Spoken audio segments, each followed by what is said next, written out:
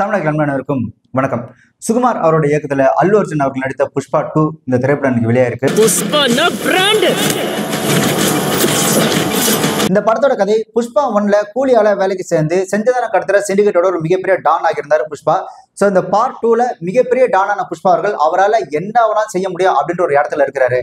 அப்படி அந்த இடத்துல இருக்கும்போது அவரோட மனைவி ஆசைப்பட்டாங்க அப்படின்றதுக்காக சிஎம் கூட ஒரு போட்டோ எடுக்கணும் அப்படின்னு அவர் ஆசைப்படுறாரு. ஆனா சிஎம் அவர்கள் கடத்தல்காரங்க கூட எல்லாம் போட்டோ எடுத்தோம் அப்படின்னா என்னோட இமேஜ் ஸ்பாயில் ஆடும் அப்படின்னு புஷ்பா அவர்களை அவமானப்படுத்துறாரு. சிஎம் அப்படி சொன்னதும் ஈகோவாகிற புஷ்பா அவர்கள் சிஎம்மா இருக்கிறதானே என் கூட போட்டோ எடுக்க மாட்டேன்ற, அப்போ நான் சிஎம்ஏ மாத்துறேன் அப்படின்ற ஒரு முடிவு வராரு. அதாவது நான் சொல்றால சிஎம் ஆக்குறேன் அப்படின்ற முடிவுக்கு புஷ்பா அவர்கள் வராங்க.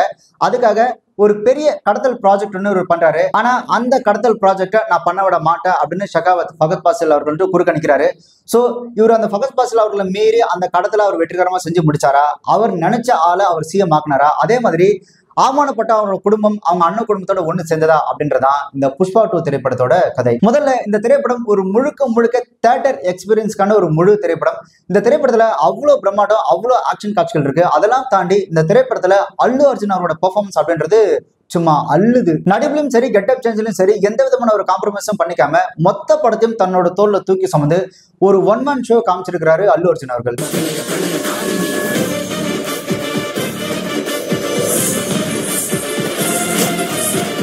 படத்தோட மிகப்பெரிய பலமே அல்லு அர்ஜுனோட பெர்ஃபார்மன்ஸ் தான். படத்துல ஒரு சில நல்ல காட்சிகள் இருக்கு, அந்த காட்சிகள் நல்லாவே இருக்கு. ஆனா அந்த ஒரு சில நல்ல காட்சிகள் தவிர்த்து மற்ற காட்சிகள் பார்க்கும்போது நிறைய காட்சிகள் தேவையில்லாம இருக்கு.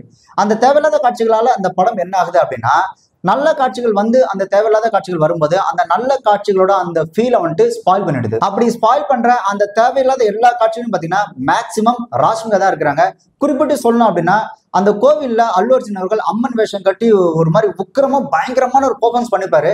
அதை பார்க்கும்போது மனுஷன் உசுரை கொடுத்து என்னமா நடிச்சிருக்கிறாங்க அப்படின்ற ஒரு ஃபீல் நமக்கே வந்துடும். அதை பார்த்துச்சா என்னமா நடிச்சிருக்காங்க மனுஷன் அப்படின்னு நம்ம அந்த ஃபீலை அப்படி உள் வாங்கும்போது குறுக்கு இந்த கௌஷிக் வந்தா அப்படின்ற மாதிரி அந்த உசுரை கொடுத்து நடிச்ச அந்த பெர்ஃபார்மன்ஸ் இருக்குல்ல, அதை கெடுக்கிறதுக்காகவே ராஷ்மிகா குறுக்க அவங்க ஒரு பெர்ஃபார்மன்ஸ் கொடுப்பாங்க. அந்த பெர்ஃபார்மன்ஸ் பார்க்கும்போது என்ன ஆகும் அப்படின்னா, அந்த அல்லு அர்ஜுன் அவ்வளவு உசுறு கொடுத்து நடிச்சார்ல அந்த ஒரு ஃபீலை அப்படியே ஸ்பாயில் பண்ணிட்டு போயிடுறாங்க. ஆக்சுவலா உண்மையா சொல்லணும் அப்படின்னா, அல்லு அர்ஜுன் அவர்கள் அந்த கோவில்ல அந்த அம்மன் வேஷம் கட்டி ஒரு மாதிரி உக்கிரமா ஆக்ரோஷமா ஒரு பெர்ஃபார்மன்ஸ் கொடுக்குறாருல, அந்த பெர்ஃபார்மன்ஸ் கொடுத்த உடனே நடுவில் அந்த ராஷ்மிகா சீன் ஒரு சாங் ஒன்று வரும். அது மட்டும் இல்லாம கட் பண்ணி தூக்கி போட்டு அவர் அந்த ஆக்ரோஷமான அந்த பெர்ஃபார்மன்ஸ் முடிஞ்ச உடனே அடுத்து அதே அந்த ஆக்ரோஷத்தோட அந்த ஃபைட் சீக்வன்ஸை கண்டினியூ பண்ணியிருந்தாங்க அப்படின்னா அந்த சீனு சும்மா அப்படி இருந்திருக்கும்.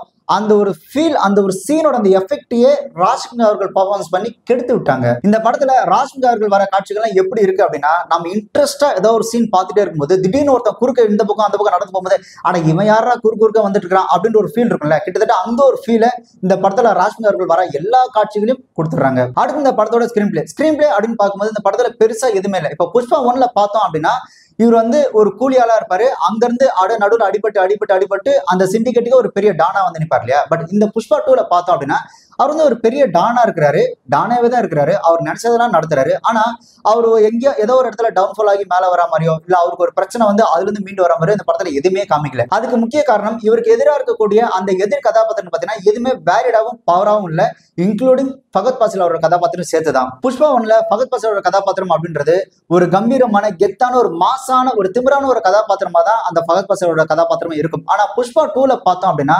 கிட்டத்தட்ட ஒரு கோமாளி ஸ்டேஜுக்கு தான் அவர் கொண்டு வந்து வச்சிருக்காங்க.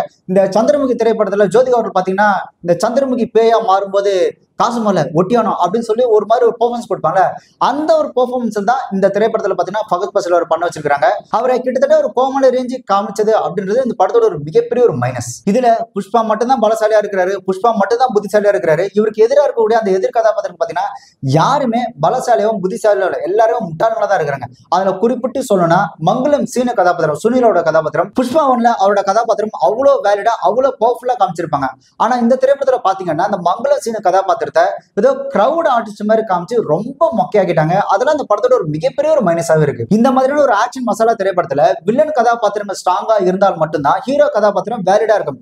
வில்லன் கதாபாத்திரம் ஸ்ட்ராங்காகவும் புத்திசாலித்தனமாகவும் ஒரு செயல்படுறாங்க, அதை ஹீரோ முறியடிக்கிறாருன்னு போதுதான் அந்த ஹீரோக்கு வேல்யூவே இருக்கும். ஆனா இங்க ஹீரோ மட்டும்தான் பலசாலி, ஹீரோ மட்டும்தான் புத்திசாலி அப்படின்னா அந்த ஹீரோக்கு எந்த விதமான ஒரு வேல்யூ இருக்காது. அதே மாதிரி இந்த திரைப்படத்துல லாஜிக் அப்படின்றது எந்த இடத்துல எதிர்பார்க்க கூடாது. அப்படி எதிர்பார்த்தா தெய்வகுத்த மேடம். அடுத்து இந்த படத்துல ஸ்கிரீன் பிளே அப்படின்றது ரொம்ப மோசம். எந்த அளவுக்கு மோசம் அப்படின்னா ஹீரோயின் ஒரு முக்கியமான டேட்டை கேலண்டர்ல போய் மார்க் பண்றாங்க. அதுக்கப்புறம் தான் ஒரு ட்விஸ்ட் ஓபன் பண்றாங்க. ஹீரோயின் மார்க் பண்ணாங்க இல்லையா, அதுதான் அந்த டேட் தான் ஹீரோனோட பர்த்டே அப்படின்னு. ஹீரோயினுக்கு நம்ம மார்க் பண்றது நம்மளோட பர்த் டேட் தான் அப்படின்றதே தெரியாத அளவுக்கு மங்குனித்தனமான ஒரு ஸ்கிரீன் பிளே இந்த படத்துல இருக்கு. கோவில் திருவிழால தான் குடும்பத்தை சேர்ந்த பொண்ணை ஒருத்த அவமானப்படுத்தினான் அப்படின்றதுக்காக ஊர் மத்தியில அவனை வந்து அவமானப்படுத்தினாங்க அப்படின்னா, அவமானப்பட்ட அவன் கண்டிப்பா கிளைமேக்ஸ்ல வந்து அதே பொண்ணை வச்சு ரிவெஞ்ச் எடுப்பான் அப்படின்றது என்ன சொல்றது, ஒரு ஆதி காலத்து ஒரு ஸ்கிரீன் பிளே. இந்த மாதிரி படம் பார்த்தீங்கன்னா தமிழ் சினிமாவில் ஒரு 1000 படம் இந்த மாதிரி வந்திருக்கும்.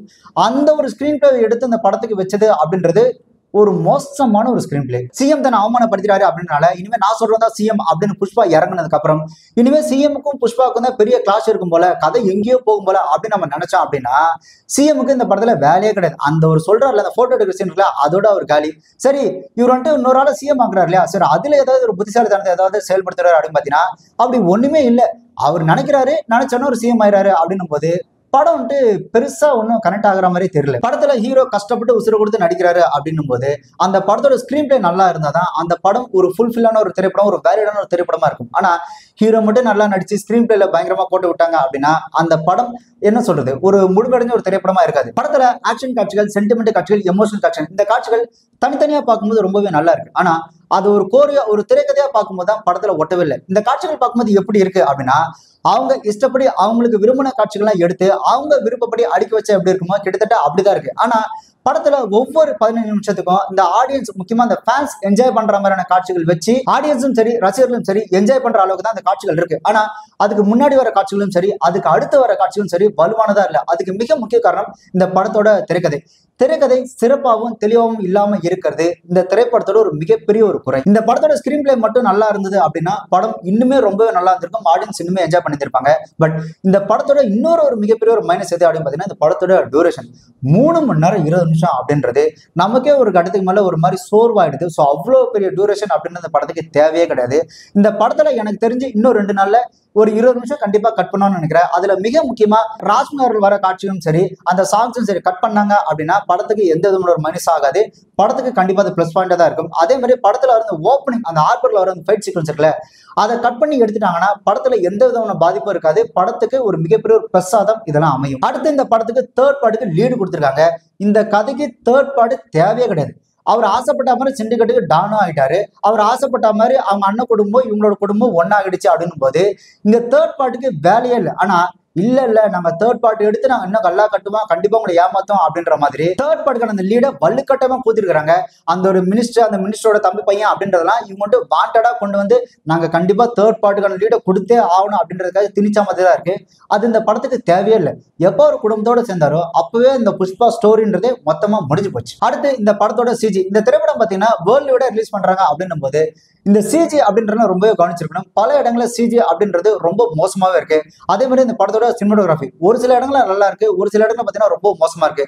அதே மாதிரி பின்னணி இசையும் ஒரு சில இடங்கள் நல்லா இருக்கு, ஒரு சில இடங்கள்ல ரொம்ப ரொம்ப மோசமாவே இருக்கு. என்னதான் இந்த திரைப்படம் ஒரு மோசமான ஸ்கிரீன் பிளே, பயங்கரமான ஒரு லாஜிக் மிஸ்டேக்கா இருந்தாலும் கூட இந்த திரைப்படம் முழுக்க முழுக்க ஒரு தியேட்டர் மெட்டீரியல், ஒரு ஆக்ஷன் மசாலா கலந்து ஒரு தியேட்டர் மெட்டீரியலா இருக்கிறதுனால நிறைய பேர் கண்டிப்பா போய் பார்ப்பாங்க அப்படின்னு நினைக்கிறேன். ஏன்னா இப்பெல்லாம் யாரும் இந்த லாஜிக் மிஸ்டேக், இந்த ஸ்கிரீன் பிளே எல்லாம் பெருசா கவனிக்கலாம் இல்ல. படம் நம்ம பணம் கொடுத்து படம் பார்க்குறோம். அந்த படம் பார்க்கும்போது அந்த ஸ்கிரீன்ல பார்க்கும்போது நல்ல ஒரு ஆக்ஷன் மசாலா திரைப்படமா இருக்கா, நம்மள வந்து என்டர்டைன்மெண்ட் பண்ணுதா அப்படின்ற ஒரே காரணம் தான் இப்போ நிறைய பேர் படம் பார்க்குறாங்க அப்படின்னும் போது இந்த படம் கண்டிப்பா ஒரு பாதி பேர் பிடிக்கிறதுக்கான வாய்ப்புகள் நிறைய இருக்கு.